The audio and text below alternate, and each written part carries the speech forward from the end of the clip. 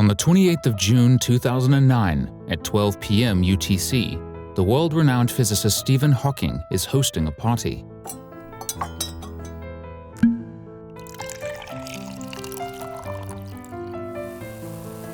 But a party isn't a party without the guests, and I can't see anyone in this room. Do you know where they are? The catch is that the only guests invited are time travelers. However, the invites are to be sent out after the party. But sadly, no one showed up. He also joked in his documentary by saying, "I was hoping a future Miss Universe was going to step through the door." Stephen Hawking's party was his experiment to prove that time travel, particularly to the past, is not possible.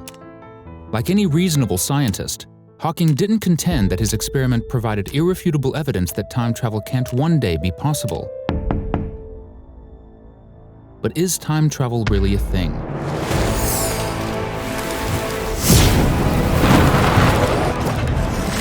Can we travel back 25 million years in time and touch the fingers of the apes?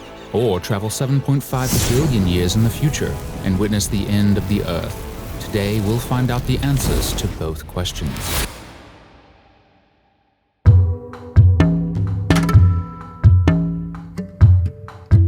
Human beings can move through 3 dimensions with relative ease. We can move forward, backward, diagonally, upward, and even downward. But why not the 4th dimension, time?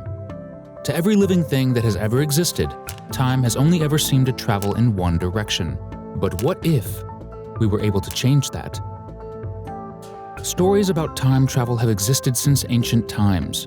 If we look at ancient texts, we can find several references to time travel. The tale of King Raivata Kakudmi, who journeys to meet the creator Brahma, is rooted in old Hindu mythology. Even though this journey was brief, Kakudmi returned to Earth after 108 yugas had elapsed. Each yuga is supposed to have lasted for roughly 4 million years. Brahma explained to Kakudmi that time functions differently in many realms of existence. Likewise, the Quran has allusions to the cave of Al-Kahf. The narrative tells the tale of a group of young Christians who, in 250 AD, fled persecution and, with God's help, withdrew to a cave where God subsequently slumbered. After 309 years, they awoke. With a few exceptions, this tale parallels the Christian account of the 7 sleepers. There are numerous further allusions to time travel in ancient mythology. Early stories of time travel from the ancient world mostly dealt with the theme of time travel into the future, rather than the past. However, they were mostly rooted in magic, stories, and philosophies, not in science. But this really proves that since the dawn of time, humans have always wondered if they'll ever break free from the prison of time. Close your eyes and imagine you're on a boat slowly moving down a river. The boat never stops. It keeps moving no matter what, and every second you get closer and closer to the end of this calm river. We can think of the river as the flow of time. It never stops and moves in one direction, forwards, till the end. But do the parts of the river we left behind just vanish out of existence? Does that mean that the water does not exist anymore, as we're never going to experience it again? No, it does not. It exists, but is just unreachable to us at this point, as will the present and the future. Also, using this logic, we can say that tomorrow just doesn't appear out of thin air. Like the water in the river, it's been there before you found yourself moving downstream. Scientists now agree that time is indeed like a river. It's been mapped out from the Big Bang to the end of the universe before we ever got here. The past, present, and future exist alongside each other. We just move from the present to the future, leaving the past behind as we do so. This means your great-great-grandparents, as well as your great-great-grandchildren, are just as real as you are now. They're just within a different part of the river. But could we ever change the course of our boat and move it upstream instead?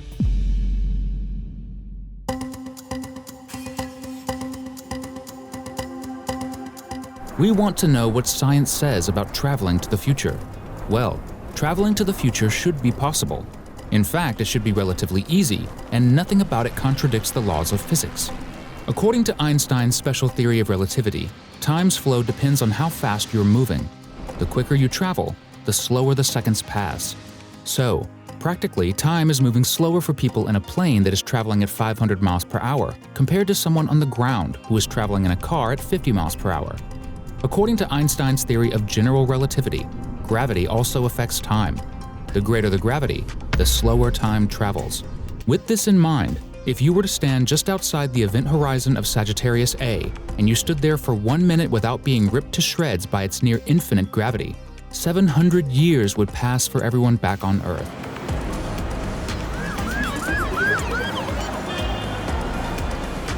If you then somehow make it back home, you will have effectively time traveled into the far future and see plastics and other waste products disappearing from Earth's biosphere. You may be thinking this is the secret to not only time traveling to the far future, but the secret to extending your life by thousands of years. Well, not quite. Yes, you would live thousands of years longer than your fellow humans back on Earth if you were to pitch a tent near a black hole and survive. However, you wouldn't feel like you lived thousands of years. To you, time would seem to be moving at a normal rate. But not all is doomed, as this isn't the only way for us to fast-track ourselves into the future.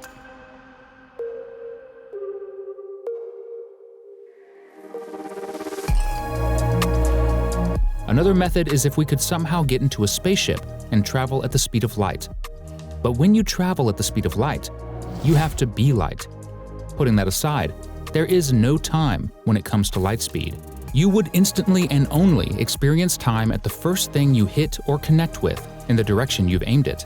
Zero time elapsed from the time you hit light speed to the stopping. Even if it's on the other side of the universe, there is no clock. So you can't have a clock running for X hours when you're going the speed of light. You're frozen in time, related to yourself, which means you can't slow down either. There is no this, then that in nature. Frozen to a photon, it experiences no time when it goes from a star 1,000 light-years away to your eye. The formula for time dilation looks like this. Don't get scared. Let's put them into simple pieces. Delta T dash is the proper time experienced by the moving observer. Delta T is the coordinate time observed by an observer at rest. V is the velocity of the moving observer. C is the speed of light. Now, what if you're going 99.9% of the speed of light? Okay, time dilation will occur for you then, albeit very slowly relative to those on Earth. So going 99.9% the speed of light away from Earth for 86,400 seconds, that is 1 day, according to your clock. 611,856 seconds would have passed for those on Earth, which is equal to about 7 days, compared to you aging just 1 day. Let's ramp up the accelerator and go to 99.99% the speed of light instead. It will be almost 22 days passed for those on Earth, and 1 day for you. If we travel at 99.99999% of the speed of light, it would be 223 days for Earthlings, and only a day has passed for you. However, there is an issue. The closer to the speed of light something approaches, the more its mass increases, and therefore the more energy it needs to travel at a constant speed. Once something approaches the speed of light, its mass would be infinite, and the energy it would require to keep moving at that constant speed would also be infinite, which you can imagine would be very hard to come by. A way around this constraint would be to access a wormhole, a theoretical passage through space-time that could provide a shortcut through the universe. What if we could carve down routes across the vastness of space to connect far-off stars with a system of tunnels that resembled Earth's subway system? These tunnels are what scientists refer to as wormholes, peculiar funnel-shaped folds in space-time itself that, if they exist, would represent significant interstellar travel shortcuts. In 2 dimensions, it looks something like this. Grab a sheet of paper and fold it in half, creating a U-shape. An imaginary small banana needs to slip over the paper in order to move from one side to the other. Or, if there were a bridge between the 2 sides of the paper, the little banana could go straight between them, a much shorter path. This type of time travel has been popularized in science fiction.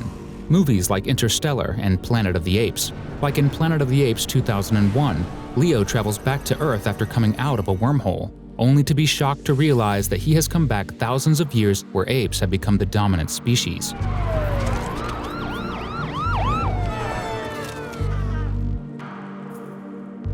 The wormhole concept has its issues though. The first one being that up until now, there has been no evidence that these theoretical space tunnels actually exist. The math suggests that they could exist. However, we are yet to find any evidence of this. The first problem is size. Primordial wormholes are predicted to exist on microscopic levels, about 10 raised to the power of -33 centimeters, which means even the most hardcore exercise routine wouldn't make humans thin enough for this trip. However, as the universe expands, it is possible that some may have been stretched to larger sizes. Exciting as the possibility is, the throats of such bridges are notoriously unstable, and any object with mass that ventures through it would cause it to collapse upon itself almost immediately, closing the connection. To force the wormholes to stay open, one would need to add a kind of exotic matter that has both negative energy density and pressure, not something that is known in the universe. Interestingly, negative pressure is not as crazy as it seems. Dark energy, the fuel that is currently accelerating the cosmic expansion, does it exactly because it has negative pressure. The closest believed real phenomenon to negative energy density is the Casimir effect. In this effect, two flat plates placed very close together restrict the wavelengths of a quanta which can exist between them. This can result in a negative energy density. However, according to José Blasquez Salcedo of the Complutense University of Madrid, we might be able to do it without exotic matter. The team of researchers conceive of matter as composed of fermions, the consensus on which holds them as a fundamental unit of matter.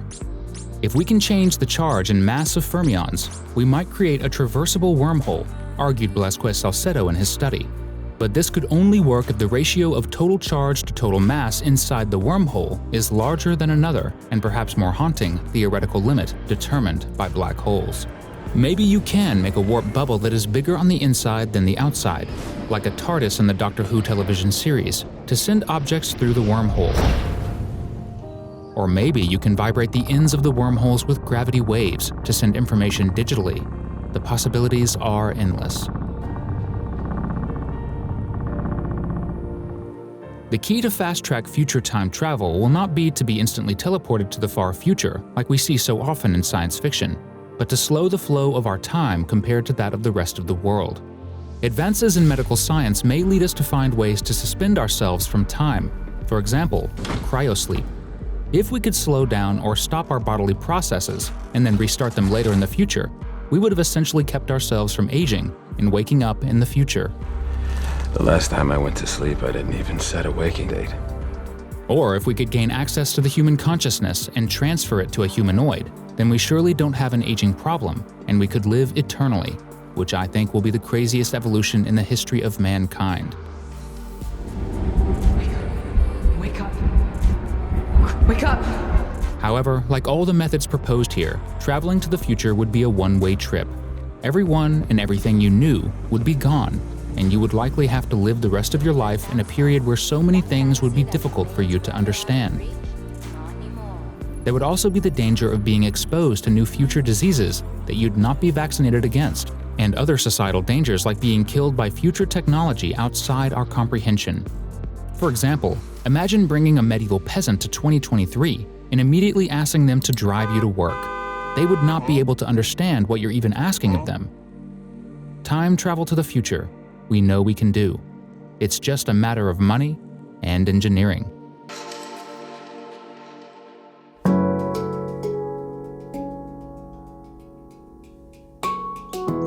In my time, there used to be a badass show called Dragon Ball Z, and time travel into the past can be seen in it where future Trunks warns Goku about the androids. In the DC universe, Superman rotates the Earth backwards to turn back the time in the Superman 1978 movie. And in the MCU, the Avengers travel back in time to collect the 6 Infinity Stones and recreate Thanos' snap in Avengers Endgame. Well, here things get interesting, or less interesting in terms of what side of the coin you want to fall on. For many scientists, time traveling to the past is impossible. That's it. On a macroscopic level, the arrow of time is considered to be asymmetric. This means that it only goes in one direction, from past to future, and cannot be reversed. One would have to break the laws of physics to time travel to the past. Or would we?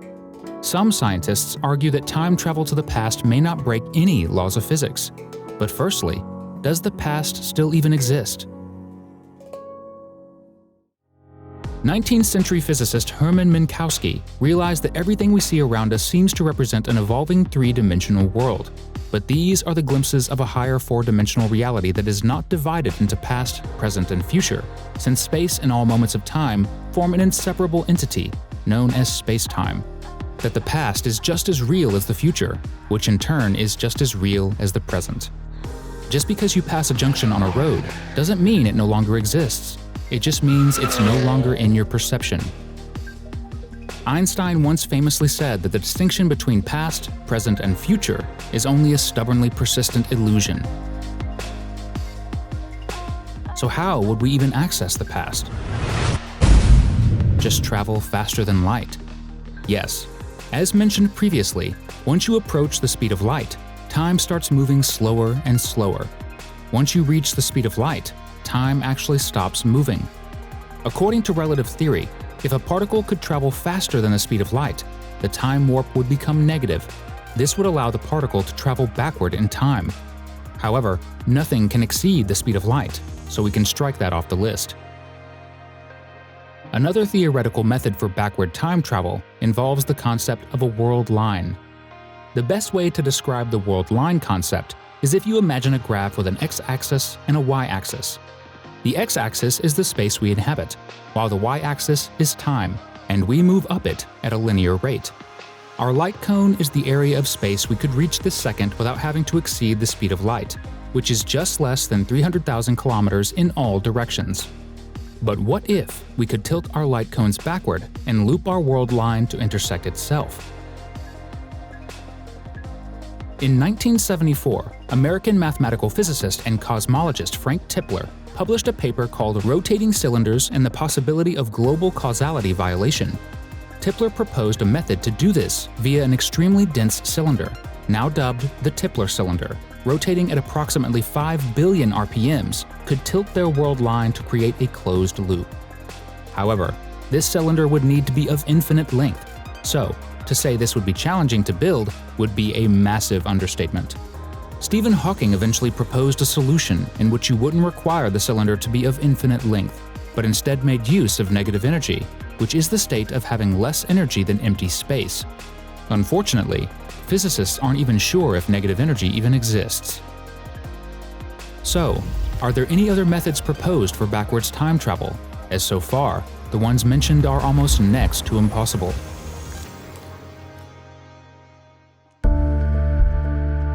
Step forward. Black holes. That's right. The lifeline to almost every theory in physics that is heading for the not possible bin makes another appearance. As previously mentioned, general relativity teaches us that gravitational time dilation, which could be achieved by the gravitational force generated by black holes, could slow down the clock for any object approaching its event horizon. According to the second law of thermodynamics, entropy, which is a measure of the amount of disorder in a physical or biological system, should increase as time passes. However, when passing the event horizon, everything's turning around. That is, thermodynamic time, which is in simple terms the one-way direction of time, is flowing backwards. Hawking radiation has been mentioned as a possibility to this paradox, but it still remains an enigma. At the event horizon itself, time is coming to a hold, preserving all the black hole's information, hence preventing information from being destroyed. When looking at this point as a threshold, in other words, the time turning point or region, time would be going in an opposite direction from that moment on. Time and entropy go hand in hand again, not violating the second law of thermodynamics, as well as general relativity. Another problem may be solved as well, in my opinion. If time does continue to flow forward, that is, to the future, the event horizon would be in the past. If that's true, although mathematically maybe not that big of a deal, the future wouldn't be a part of this information yet on the event horizon itself and vice versa. In other words, looking, for example, from outside the event horizon's perspective, most of what will happen in the future is still unknown. But inside the black hole, it should already exist. This leaves another problem, according to the assumption of all the black hole's information being kept at the event horizon. Under normal circumstances, this wouldn't be an argument, but in the case of black hole mechanics, especially referring to the holographic principle, this future part should not be allowed to exist because it will violate the event horizon all of the black hole's information preservation. On the other hand, the past inside a black hole has no choice. Whatever happens can be traced back to the event horizon, theoretically of course. This may sound counterintuitive, but hey, we're talking about black holes here. Frankly, in reality, it gets a lot more complex and counterintuitive, due to entering quantum territory as well, but I'll skip that part for now. Another possible method could be that of wormholes. These theoretical tunnels through space-time could also help us get to the past as well as the future, which we have discussed previously. But how would this occur? If you could create a stable, traversable wormhole, and if you could accelerate one mouth of the wormhole close to the speed of light, therefore causing it to age more slowly than the stationary mouth, then you could theoretically travel back in time by stepping through the wormhole in the proper direction. However, you couldn't travel back farther than the creation of the wormhole. Everything I just told you is most likely impossible. Nobody understands how to create a stable wormhole. Nobody knows how to accelerate one of the wormhole's mouths to near light speed. This thought experiment may work on paper, but it is unlikely to occur in the real world. Now we have our next contender, tachyons. These are the completely hypothetical particles that travel faster than the speed of light, as they have what physicists have called imaginary mass. Tachyons can supposedly travel back in time, though they are hypothetical, so that rules them out, unfortunately. We've covered black holes and wormholes. Are there any other possible means of time traveling to the past? For this, we turn to the work of physicist J. Richard Gott, who introduced the idea of cosmic string back in 1991. The universe has a texture that can be compared to cosmic strings. These are the topological flaws that could have happened during the phase transition that took place in the universe 10 raised to the negative 35 seconds after the Big Bang. This phase shift is really like the transformation of water from a solid into a liquid and then a gas. The phase transition in the universe would have taken place in the quantum fields that are fluid-like and spread throughout all of space.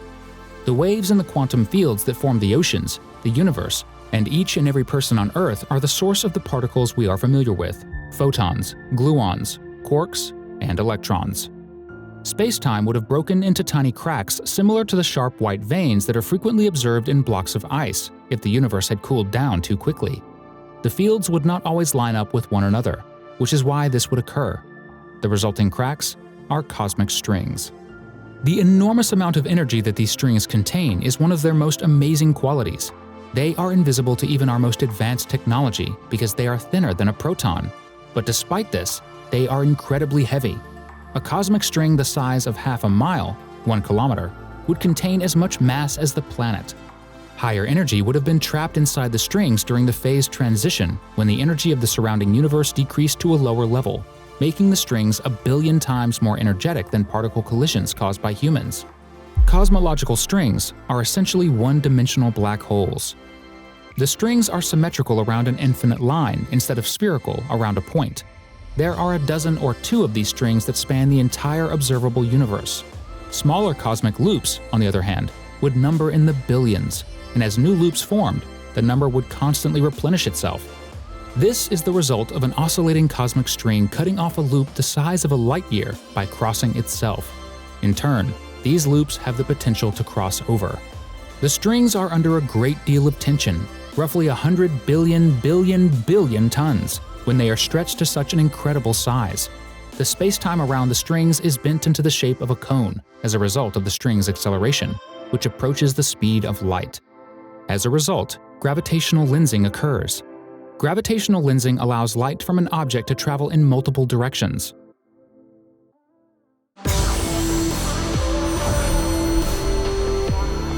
Research into light traveling from quasars reveals that two separate light beams, having taken two different paths, can vary from one another by over a year, 417 days in this case. These strings may weave throughout the entire universe. They are thinner than an atom and under immense pressure. It should be no surprise that this means they'd have quite a gravitational pull on anything that passes near them, resulting in objects attached to one of these cosmic strings to travel at immense speeds, and in turn, being affected by time dilation. By pulling two cosmic strings close together or stretching one string close to a black hole, it might be possible to warp space-time enough to create a closed time-like curve. To do this, your best bet is to fire two infinitely long cosmic strings past each other at very high speeds. Then, fly your ship around them. If two cosmic strings approached and passed each other, the warping would be so great that a person moving around them could take the shorter path, traveling faster than light and thus going back in time. After circling the cosmic string, you'd meet yourself before you ever left. In theory, you would be able to emerge anywhere, anytime.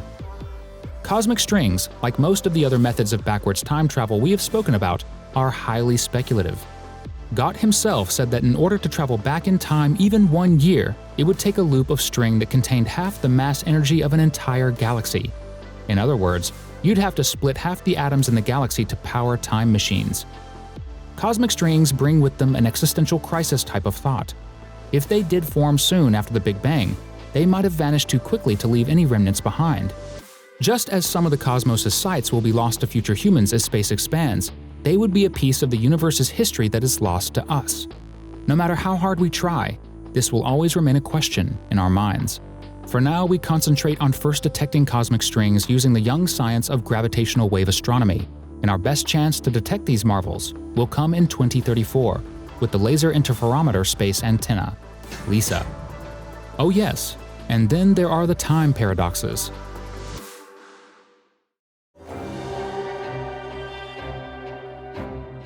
Needless to say, besides most, if not all, of the time travel methods being either inefficient or next to impossible, time traveling has many issues associated with it, especially time travel to the past. The most famous of these issues is the infamous grandfather paradox. Got a name? Howard. Howard Potts. Well, I'm Howard Stark. Hi. Shit, don't pull it. Yeah. The grandfather paradox states that if you were to go back in time to before you or even any of their children were conceived and murdered your grandfather, how do you even exist to do that in the first place? You shouldn't have been born and therefore should not have been able to do anything, let alone go back in time to kill someone. However, solution scientists have proposed many workarounds to this. One solution is the many worlds theory proposed by quantum mechanics. Applied to the grandfather paradox, this interpretation implies that any action a time traveler takes leads to a new reality, ensuring that the paradox is averted. Each decision and event results in a multitude of universes. This means if you were to go back in time and kill your grandfather before he could have children, this wouldn't actually be your grandfather, and this would also not be your timeline. This would be a separate universe you have created via your actions, in which you were never born. This is sometimes referred to as the multiverse in popular science fiction, such as Marvel, where different versions of the same character exist within a collection of universes. Each timeline is essentially just a different universe. A second solution is that basically, the universe just won't allow a paradox to exist. What happened in the past is set in stone and cannot be changed. Whatever you think you did when traveling back in time, you simply didn't. You just wouldn't be able to go back and kill your grandfather before he had children. The universe wouldn't allow it. You may just end up killing someone else, or the truth is, someone entirely different is your real grandfather. It may be so that the universe would simply not allow anything to be changed despite how hard you try. The chain of events would result in the same outcome. Maximum effort. Lastly, another solution is that the earliest point one would be able to travel back to would be the point that particular method of time travel became available. For example, if someone had built a time machine to venture into the past, the furthest in time they would be able to travel back to is the moment the time machine was first switched on.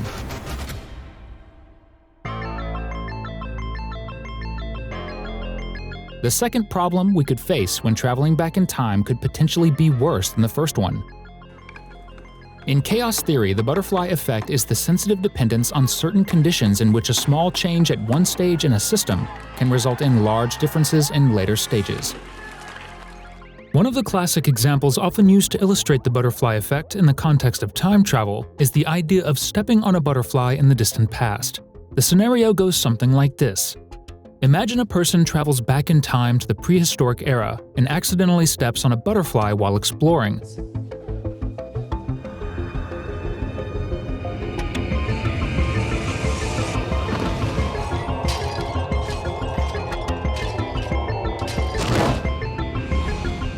This seemingly insignificant action sets off a chain reaction in the timeline. The butterfly's death, through the butterfly effect, leads to changes in the ecosystem, affecting other species' food sources and population dynamics. These changes then impact larger animals, leading to a shift in the balance of the entire ecosystem. Over a long period, this altered environment could eventually influence human evolution or even prevent the existence of certain individuals in the present timeline. This example illustrates how a small, seemingly inconsequential action, stepping on a butterfly, could have widespread and unpredictable consequences over time, showcasing the sensitivity of complex systems to initial conditions in the context of time travel.